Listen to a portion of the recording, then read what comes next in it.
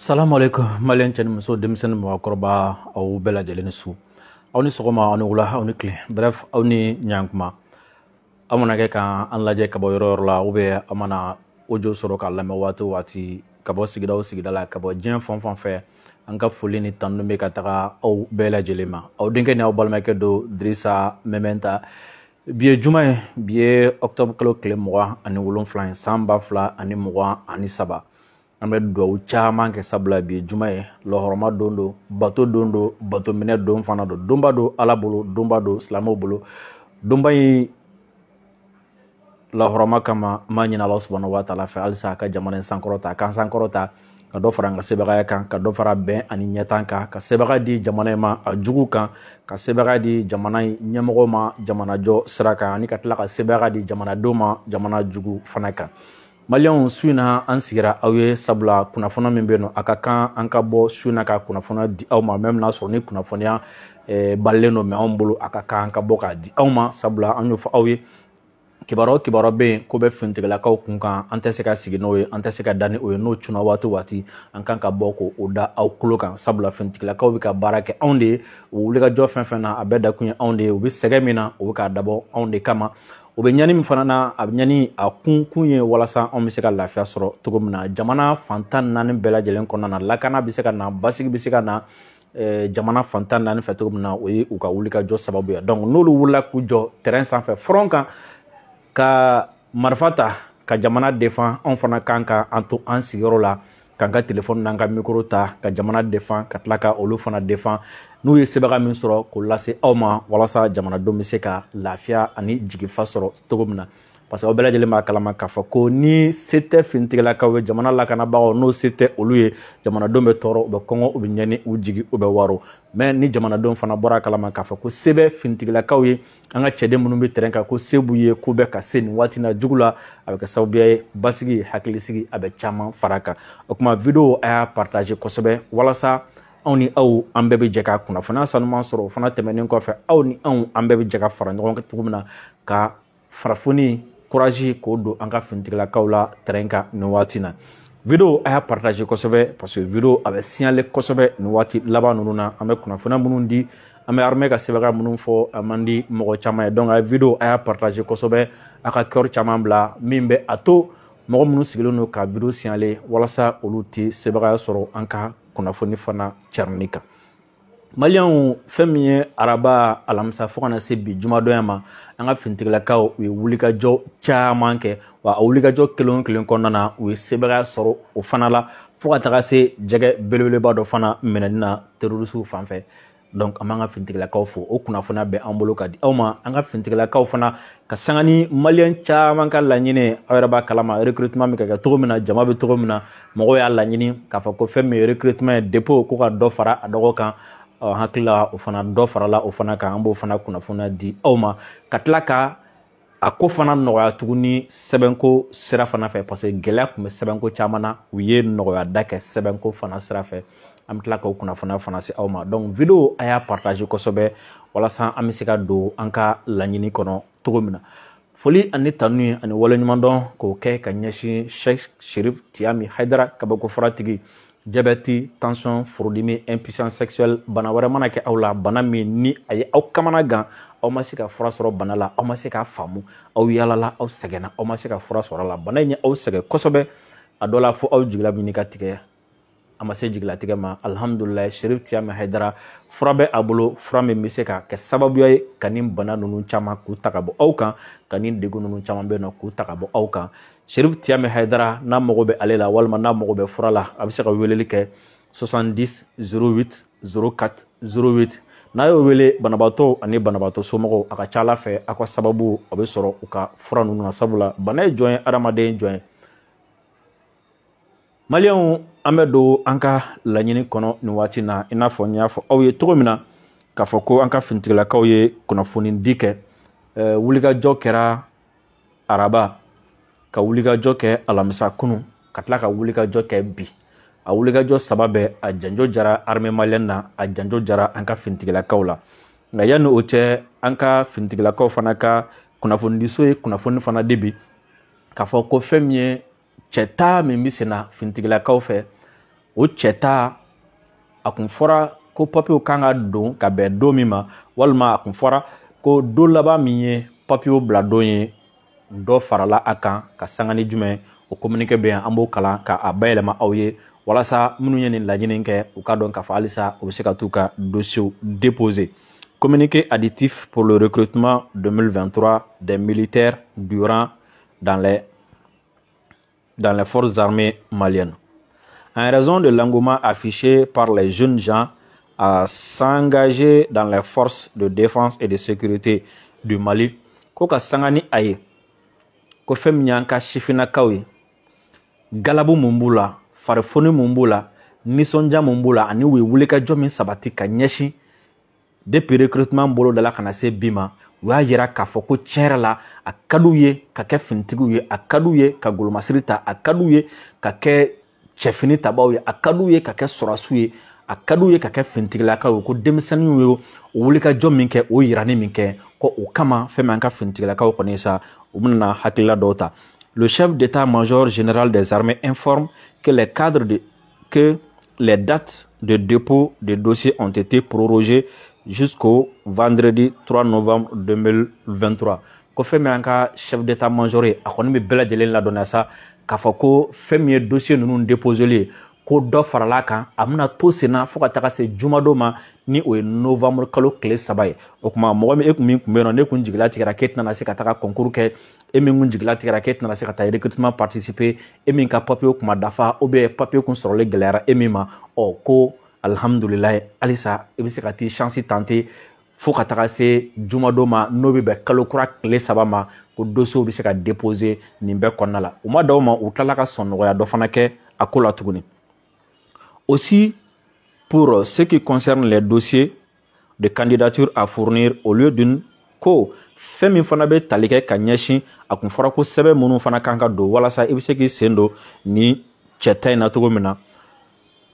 Au lieu d'une copie légalisée de la carte NINA ou de la fiche individuelle et de la carte d'identité civile en cours de validité, a kun fɔra ko kana ni comment dirais la carte NINA copie légalisée, fiche individuelle copie légalisée, carte d'identité o fana copie légalisée ko yani aka nin bɛɛ lajɛlen kɛ ko a bɛna nɔgɔya aw ma et de la carte civile en cours de validité cité dans le communiqué au min kun fɔra communiqué tɛmɛnenw na. Il est requis dorénavant d'avoir uniquement l'une de ces pièces ci-dessus légalisée. Ko ni saba min fɔlen filɛ ni aw ye n'o kun fɔra communiqué tɛmɛnenw na ko a ma se aw yɛrɛ sɛgɛn ka nin bɛɛ ɲini bilen a ma se aw yɛrɛ tɔɔrɔ nin bɛɛ kama bilen ko nin saba fɛn fɛn fɔra ko nin kelen kelenna fɛn fɛn mana sɔrɔ i bolo i ko légaliser dɔrɔn i ka taga ni o ye. Ni carte NINA de b'i bolo i ko copie kɛ i ko légaliser i ka taga ni o ye. Ni fiche individuelle n'o de b'i bolo o copie o légaliser i ka taga ni o ye. Ni carte d'identité fana de b'i bolo o copie ka dɔrɔn i ko légaliser ka taga ni o ye. Donc a ma se i ka nin saba bɛɛ ɲini bilen ko ni nin kelen fɛn fɛn sɔrɔla i bolo k'o b'a bɔ i ko légaliser dɔrɔn i ka taga ni a ye. N'o kɛra ko i bɛ se k'i sen don ni cɛbɔ la. Donc fɔlɔ dɔ farala délai kan n'o ye dossier bilali délai dɔ farala o kan k'o taara fo kalo kura tile 3 la jumadon kalo kura tile 3 ko yani o cɛ bɛɛ bɛ se ka taga halisa ka continuer ka t'i ka dossier déposer. Filanan ye jumɛn fana a kun fɔra k'a fɔ ko carte NINA copie o légaliser carte d'identité copie o légaliser fiche individuelle copie o légaliser k'o fana a ma se i ka nin saba bɛɛ ɲini bilen ko nin saba la n'i ye kelen sɔrɔ ka ban k'o b'a bɔ. Ni carte NINA de b'i bolo to o copie kɛ dɔrɔn i ko légaliser alhamdulilayi n'i y'o bila o b'a bɔ. Ni carte d'identité fana b'i bolo carte NINA t'i bolo ta carte d'identité in copie légalisée i ka t'o bila o b'a bɔ. Carte d'identité t'i bolo carte NINA t'i bolo fiche individuelle min b'i bolo o fana copie o légalisé i ka t'o bila ko o b'a bɔ. Ko nin saba la n'i ye kelen sɔrɔ nin saba la dɔrɔn a ma se i ka taa tɔ fila ɲini bilen. Donc ko o sɔnɔgɔya fana kɛra fɛn min ye recrutement min ye ni ale bɛ sen na. Pour des besoins de compréhension, les candidats de sexe masculin n'ayant aucun diplôme sont autorisés à postuler partout excepté la gendarmerie nationale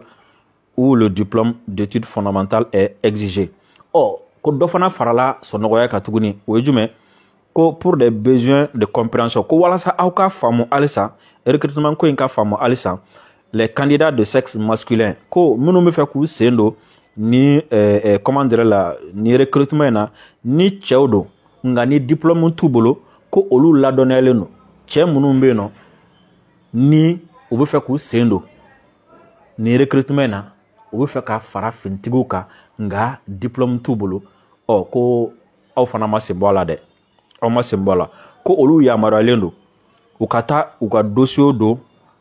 recrutement fɛn fɛn bɛ ka kɛ corps fɛn fɛn bɛ ka kɛ k'u yamaruyalen don u ka taga u ka dossier don corps ninnu bɛɛ la fo k'a bɔ gendarmerie la ko gendarmerie de kɔni n'i bɛ fɛ ka don o la ko kɔni bɛ faut que DEF kɔni o ka kɛ i bolo n'o t'i bolo o kɔrɔ k'i tɛ se ka gendarmerie kɛ nka n'o bɔra la tɔ ninnu bɛɛ ko hali n'a sɔrɔ ni diplôme t'i bolo n'i ye cɛ ye i bɛ se ka taa i ka sɛbɛn don walasa ka kɛ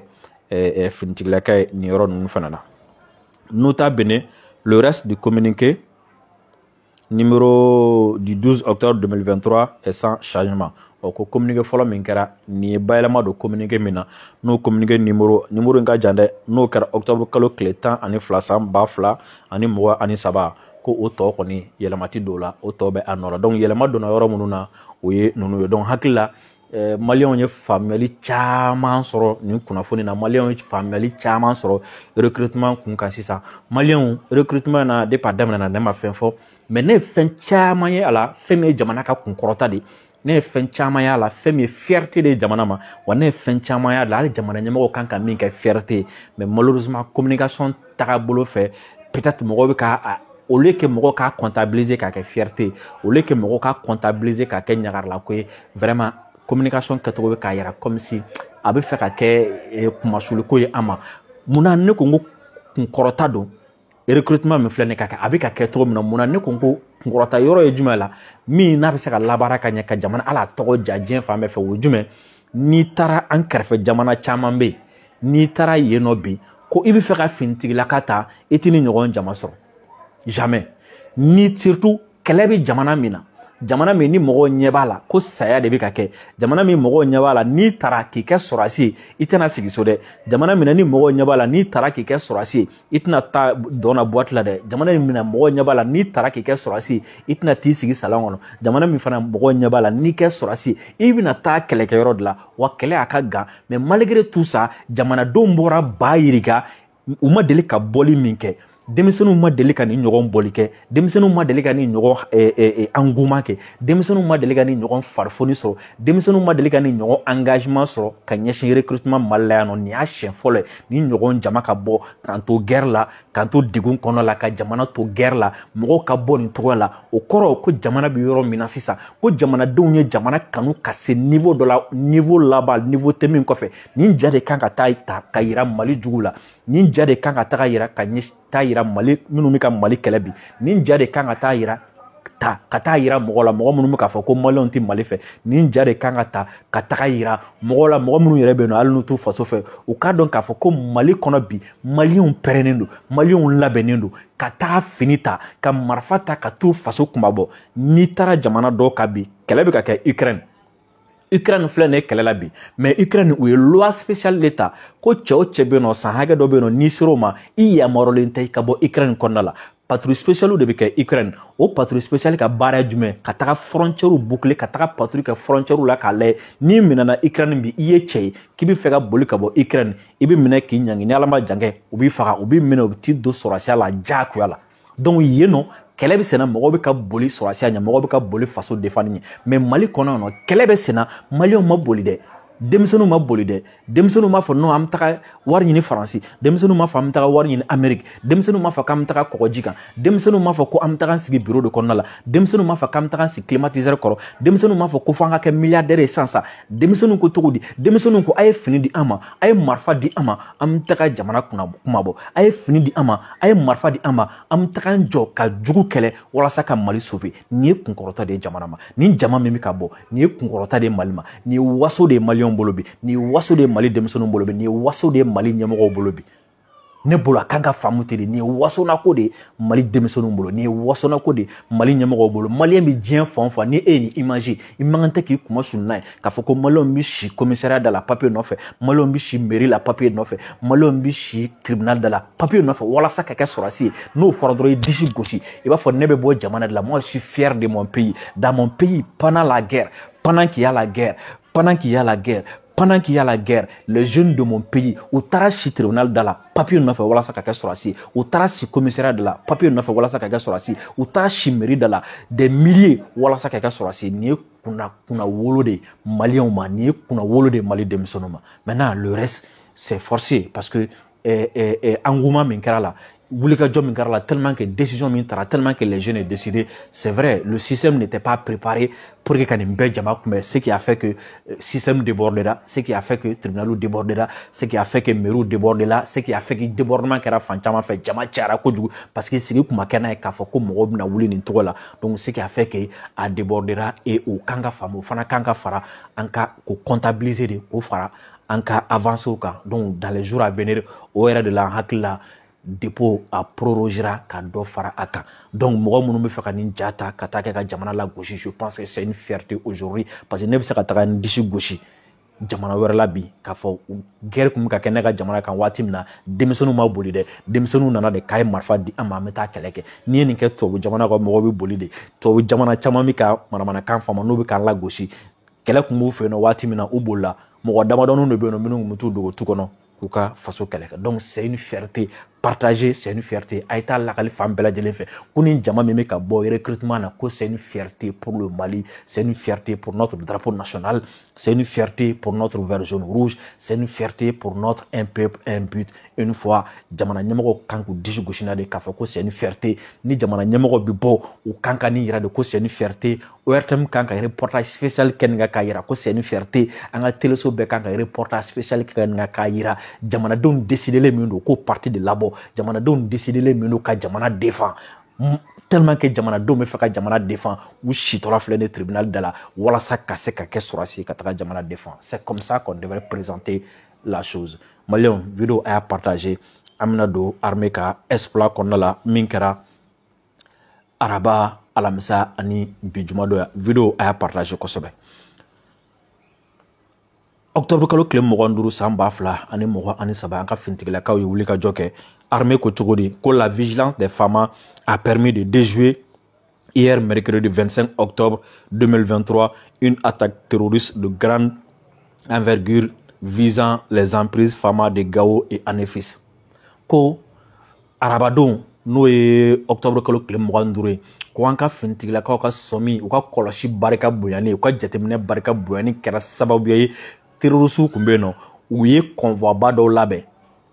ka mɔgɔ caman ta mobili caman ni marifa caman ni moto caman ka u kunda yɔrɔ jumɛn ka Gao ani Anefis kan k'a fɔ k'u bɛna taga bin nin dugu fila kan an ka service de renseignement olu ka baara sababuya la renseignement militaire olu ka baara sababuya la service comment dire la renseignement tɔ minnu bɛ yen nɔ ni o ye an ka colonel Modibo Kone ka yɔrɔ ye olu ka renseignement n'olu ka sɛgɛsɛgɛliw ani fintigilaka minnu yɛrɛ bɛ terrain kan olu ka hakilisigi u ka jasigi u ka sɛgɛsɛgɛliw an'u ka sɔmi jani kɛra sababu ye ka terroristes ninnu kunbɛn minnu kun bɛ fɛ k'u kunda Gao ani Anefis kan o kɛra sababu ye fɛn min ye an ka élément minnu bɛ terrain kan olu kɔni wula ni o ye armée de l'air ye n'o ye an ka boyi n'a ka jama ye armée de l'air olu kɔni wula pankuru wula sanfɛ nin colonne nin convoi ba minnu terroristes ka ni convoi ba ninnu ka to k'o bombarder sanfɛla fɛ k'a bɛɛ tiɲɛ ka u kɛ kuncisu ni dafarasu ye aw bɛɛ lajɛlen b'a kalama parce que terroristes b'a dɔn bi Anefis ni Gao u ni dalen don o kan parce que Anefis kelen dɔrɔn n bɛ Kidal Tesalet Agerhok Anefis kelen dɔrɔn bɛ jɔ ni o ye Gao kelen bɛ jɔ ni fan tɔw ye a n'a tɔmɔkutu n'a fɛnw ye donc u b'a fɔ k'u bɛ wulikajɔ ta ka bin ninnu kan walasa k'an ka armée fanga fɛgɛya u b'a dɔn ko ni yɔrɔ ninnu ka girin donc u wulila k'u bɛ taga bin o yɔrɔ ninnu kan arabadon ni o ye octobre kalo tile 25 ye an ka finitigilakaw y'u kunbɛn nin de ka ɲi nin de kan ka fɔ an y'a ye waati dɔw la an ka finitigilakaw kun b'u kunbɛn kan kɔnɔna la n'u donna kan kɔnɔ an ka finitigilakaw b'u neutraliser nin b'a yira k'a fɔ ko armée a ka wulikajɔ dɔ bɛ ka fara a ka efficacité kan dɔ bɛ ka fara a ka baara kan dɔ bɛ ka fara kɛlɛ yɛrɛ kɛcogo kan dɔ bɛ ka fara kɛlɛ plan kan parce que fɔlɔ a b'a ye u bɛ se kan da la u bɛ attentat kɛ an ka mɔgɔw b'u neutraliser mais sisan depuis terroristes b'u wuli k'u b'u kun da sira kan waati min na an ka mɔgɔw b'u ye bravo le renseignement bravo l'armée bravo les femmes u y'u kunbɛn ka tiɲɛni d'u kun o bɛ kɛ sababu ye dommage collatéral a bɛ dɔgɔya kosɛbɛ ou même dommage collatéral tana ke no tuguni. Est-ce que vous comprenez? Donc vous kumbe ninkara arabadon ou ka kunchishu ani dafara shu o makanka mo ma sigide arabadon temelen ko fe femi alamisa ye anka mo ye wulika job fana chaman ke terusu kama chenikalo kama anka fintigala ka yo kuna fana di ou que les opérations combinées terrestres et aériennes des FAMA ont permis hier, jeudi 26 octobre 2023, de neutraliser une trentaine de terroristes, détruire des véhicules pick-up et récupérer un lot très important d'armes et de matériel. Ko fintiglakaw sigilen table ou dalen table ou jolen table fintiglakaw koni be bara de la n'a mena dɔrɔn k'a fɔ ko cɛnikɛlaw bɛ nin yɔrɔ in na finitigigalakaw b'o yɔrɔ dɔdɔli o waati bɛɛ u bɛ sɛgɛsɛgɛliw kɛ ka taga cun a yɔrɔ tigilamɔgɔw kan ko fɛn min ye an ka finitigilakaw ye wulikajɔ dɔ kɛ opération combinée o ye opération sugu jumɛn sanfɛmɔgɔw b'a la dugumamɔgɔw b'a la aw kɔni b'a faamu sisan k'a fɔ ko an ka finitigilakaw donna offensive kɔnɔna la offensive ye jumɛn o ye ka wuli ka taga cɛnikɛla ɲini an t'an sigi bilen terroriste kana attaquer an t'an sigi bilen rebelle kana attaquer an t'an sigi bilen bandiw kana attaquer armée yɛrɛ bɛ wuli sisan ka opération monter ka sɔrɔ ka wuli ka taga terroriste bɛ yɔrɔ min na ka t'u sɔrɔ u sigiyɔrɔ la k'u gosi ka tiɲɛni d'u kun ko hokumu de kɔnɔna la fɛn min ye kunu alamisa ye an ka finitigilakaw ye wulikajɔ dɔ kɛ o wulikajɔw dɔ kɔnɔna na duguma kɛlɛkɛlaw ani sanfɛ kɛlɛkɛlaw kɔni jɛra k'u tɛgɛ di ɲɔgɔn ma fara ɲɔgɔn kan ka wulikajɔ dɔ kɛ ko o wulikajɔ kɛra sababuya ye fɛn min ye terrorisiw ka mobili caman bɛ yen n'o ye pick-up caman ye olu kɔni caman gosi k'olu tiɲɛ o terrorisiw minnu sara minnu taara k'u bololafɛnw ni fɛnw to a kɛra sababuya ye an ka u bolila ka marifa minnu to an ka finitigilakaw ye marifa ninnu fara ɲɔgɔn kan ani matériel wɛrɛ caman ani kɛlɛkɛminɛn wɛrɛ caman u y'olu sɔrɔ. Cette opération d'envergure des FAMA s'est déroulée dans le secteur de Gao. N'o fɔ a ye sisan n ko u bɛ fɛ k'u ni da Gao kan nin fana wulikajɔ fana kɛra Gao fana est-ce que aw bɛ ka faamu nin ye opération belebeleba fila de sisan faralen ɲɔgɔn kan araba ani alamisa opération belebeleba fɔlɔ jumɛn o ye ka antenne dayɛlɛ k'an kulomada k'an ɲɛmada kunnafonidilaw k'a lajɛ sira minnu bɛ sira kan olu k'a lajɛ olu y'a ye k'a fɔ ko terroriste b'u k'u labɛn u bɛ fɛ ka na ANEFIS ni Gao attaquer u y'u fara ɲɔgɔn kan u donn'u ka mobili kɔnɔ u yɛlɛl'u ka moto kan o yɔrɔ bɛɛ pankuru wulil'u kama sanfɛ yan'u ka se ANEFIS yan'u ka se Gao pankuru taara ka t'u bon k'u mago sa a ma d'aw ma dɛ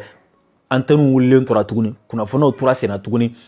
o dugusajɛ an ka mɔgɔ tila ka wuli tuguni ka opération wɛrɛ kɛ Gao fana mara kɔnɔ tuguni ka taa finitigilakaw to u jabalaw la yen nɔ k'u to labɔw ni fɛnw na ka t'u bɔ yen nɔ tuguni u tun bɛ pick-up minnu kɔnɔ u y'olu tiɲɛ u tun bɛ moto minnu kan u y'olu tiɲɛ u bolola marifaw u y'olu minɛ u bolola minɛnw wɛrɛ fana u y'olu fana minɛ ko nin bɛɛ lajɛlen kɛra kunu alamisa. Toujours le même jeudi 26 octobre 2023, une autre patrouille des FAMA dans la localité de Léré a permis de neutraliser une douzaine de terroristes et de récupérer des motos ainsi que des armes et du matériel. Waati kelen min na ni Gao finitigilakaw olu b'u k'u ka kɛlɛ tɛgɛrɛ gosi kɛlɛ dunduma gosila ye olu b'u ka baara la waati min na o waati kelen na an ka finitigilakaw minnu bɛ Léré mara la olu fana ye wulikajɔ dɔ kɛ tuguni terroriste minnu bɛ yen nɔ olu fana taara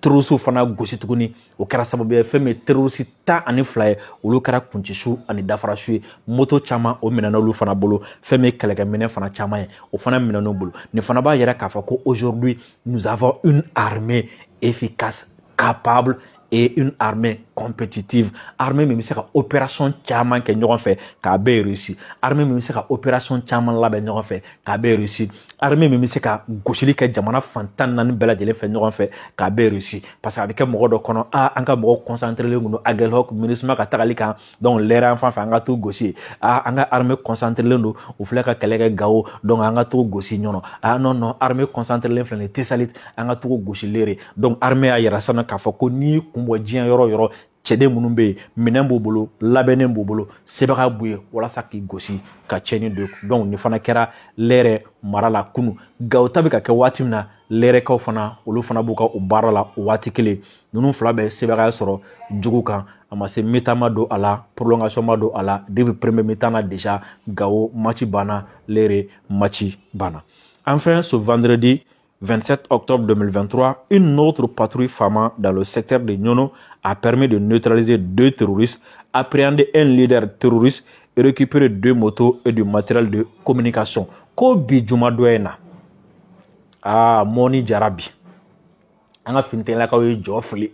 jɔ ye jɛgɛ belebeleba dɔ minɛ ɲɔnɔ mara la bi an ka finitigilakaw ye wulikajɔba kɛ ɲɔnɔ mara kɔnɔ bi o wulikajɔ kɛra sababu ye terroriste fila bɛ yen nɔ u y'olu bɔ baara la o fana kɛra sababu ye ko terroriste ɲɛmɔgɔ belebeleba dɔ bɛ yen o y'a minɛ dɛ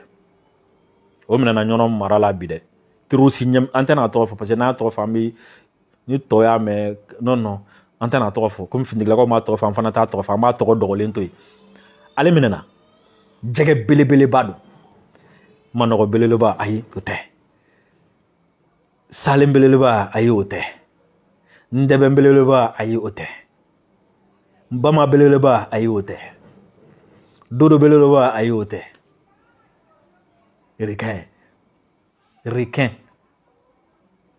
requin wa requin fana ni baleine greffele ɲɔgɔn na dɛ o belebeleba bi armée y'o de minɛ ɲɔnɔ mara la kɛlɛ ɲɛmɔgɔba ɲɔnɔ mara la armée an ka finitigilakaw y'a minɛ bi a b'a kalama ko terroriste ɲɛmɔgɔba minɛni ka di ka tɛmɛ hali terroriste 10 fagali kan parce que n'i ye ɲɛmɔgɔ kelen minɛ o ye kɛlɛ désorganisé li n'i ye ɲɛmɔgɔ kelen minɛ kɛlɛ bɛ labɛn cogo min na kɛlɛ bɛ financer yɔrɔ minnu na kɛlɛ musaka bɛ bɔ yɔrɔ minnu na kɛlɛkɛdenw bɛ bɔ yɔrɔ minnu na ale de kelen ka baara ye nin bɛɛ kɛlɛ fɛɛrɛ ale de ka baara ye nin bɛɛ ale de bɛ taa minɛnw ɲini ka na n'a ye ale de bɛ taa balo ɲini ka na n'a ye ale de bɛ taa nafolo ɲini ka na n'a ye ale de bɛ taa kɛlɛkɛdenw ɲini ka na n'a ye wa ale de bɛ kɛlɛkɛdenw bila ka taga terrain kan ni kɛlɛkɛdenw kan ka taa kɛlɛ kɛ yɔrɔ min na ale b'a fɔ a ye taa nin yɔrɔ in na karisa aw ka taga nin yɔrɔ in na n'ale sera ka ale sɔrɔ k'ale minɛ a b'u ka plan sɔrɔlen kɔfɛ n'ale sɔrɔ k'ale minɛ tɔw bi yɛrɛkɛ de olu t'a dɔn u bɛna min kɛ tuguni donc ko an ka mɔgɔw ye baleine ni requin olu greffele ɲɔgɔn na a bɛ greffele kɔrɔ dɔn wa métis t'a kɛ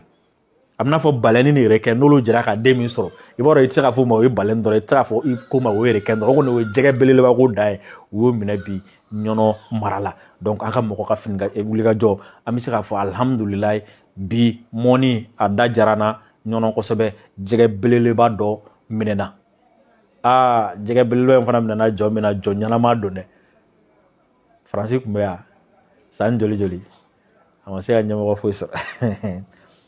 an ka tile kelen jɔ fili ɲɔnɔ mara kɔnɔna la an filɛ nin ye ka jɛgɛ belebeleba baleine ni requin o métis les forces armées ani u ma da o dɔrɔn ma dɛ ko nin gosili fana kɔnɔna la u ye minɛnw sɔrɔ fɛn min ye terroriste ka kunnafoni di minɛnw ka communication bɛ kuma ɲɔgɔn fɛ ni minɛn minnu ye o minɛn ninnu fana u y'o caman fana sɔrɔ o kɔni o ye